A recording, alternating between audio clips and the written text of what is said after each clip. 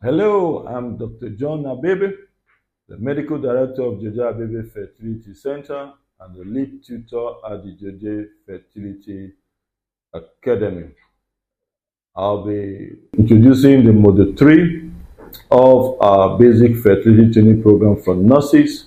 And in this module, we'll be looking at the male reproductive system.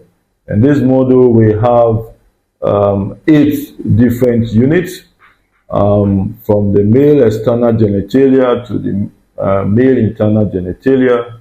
We're looking at the anatomy that will also include the embryology of the male external and internal genitalia, and then we'll have an overview of spermatogenesis, the production of sperm, and then we'll look at the hormonal regulations of the male reproductive system, and then also take a look at the common disorders of the male reproductive system.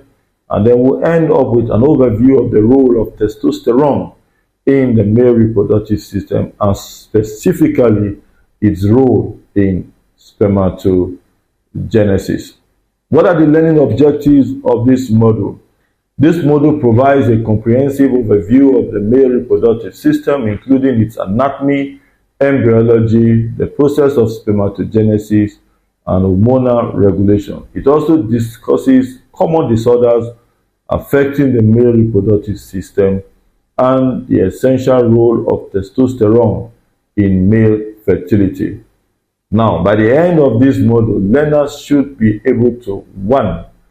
Identify and describe the anatomy of the male external and internal genitalia and their roles in the reproductive process. Number 2, understand the embryological development of the male reproductive system, including the differentiation of the gonads and genitalia. And 3, describe the process of spermatogenesis and how sperm is produced, matured, and stored in the male reproductive system. Furthermore, part of the learning objective will be to explain the hormonal regulation of the male reproductive system, including the role of testosterone, follicle-stimulating hormone, luteinizing hormone, and inhibin.